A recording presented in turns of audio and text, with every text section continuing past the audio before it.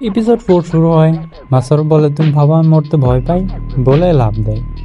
শুরুর কিডন্যাপার শিয়ানা নিচে ফাইট করার সময় হেরে যাচ্ছিল, কিন্তু মাসারু উপর থেকে ওর ওপোনেন্টের উপর পড়ে ওকে বাঁচিয়ে নেয় আর বলে, তুমি তো টাকার জন্য কাজ করো, তুমি জানোই আমি সাইগা পরিবার উত্তরাধিকারী, আমি তোমায় টাকা দেবো, এখন থেকে তুমি আমার জন্য কাজ করবা।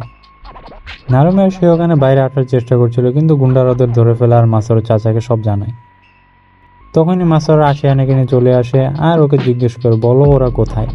সে স্ক্রিনে ওদের দেখিয়ে বলে, ওদের জীবন এখন আমার হাতে, আমি ওদের ছেড়ে দেবো যদি তুমি আমার কথা শোনো। উপায় না দেখে মাসারু রাজি হয়ে যায়, কিন্তু আশিয়ানাকে বলে, তুমি একে কিভাবে বিশ্বাস করতে পারো। ওর চাচার মিথ্যা আবারও সামনে চলে আসে, আর তখন মাসারু রেগে ওর বর্তা বানিয়ে ওদের বাঁচাতে চলে যায়। নারুমি আর শিরোগানে বন্দি থাকা অবস্থায় শিরোগানের মনে পড়ে কিভাবে অন্ধকারে বন্দি করে ওকে পাপেটিং শেখানো হয়েছিল। তখন নারুমি বলে, তুমি ভয় পেও না, দেখো এভাবে হাসতে হয়, আমরা সবাই তোমার সাথে আছি। যে কথাগুলো ওকে মাসারুর দাদাও বলতো। নারুমির কাছ থেকে এসব শুনে শিরোগানে ওর প্রেমে পড়ে যায়। তখন মাসারু ওদের বাঁচাতে চলে আসে।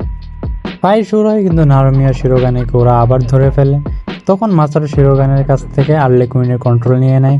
ওর মনে আছে শিরোগানে কিভাবে পাপেট চালায়। মাসারু শিরোগানের মতো আর্লি কুইনের সুইলিং টাইগার মুভ ইউজ করে সবাইকে হারিয়ে দেয়। ততক্ষণে চারদিকে আগুন ধরে যায় আর মাসারু নিচে পড়ে যায়। তখন নারুমি শিরোগানেকে একটা দড়িতে বেঁধে বলে, আমি মাসারুকে বাঁচাবো, কিন্তু তোমাকে ওর দেখাশোনা করার জন্য বেঁচে থাকতে হবে, বলে ওকে দূরে পাঠিয়ে দেয় আর মাসারুকে বাঁচাতে চলে যায়। এখানে এপিসোড 4 শেষ হয়ে যায়।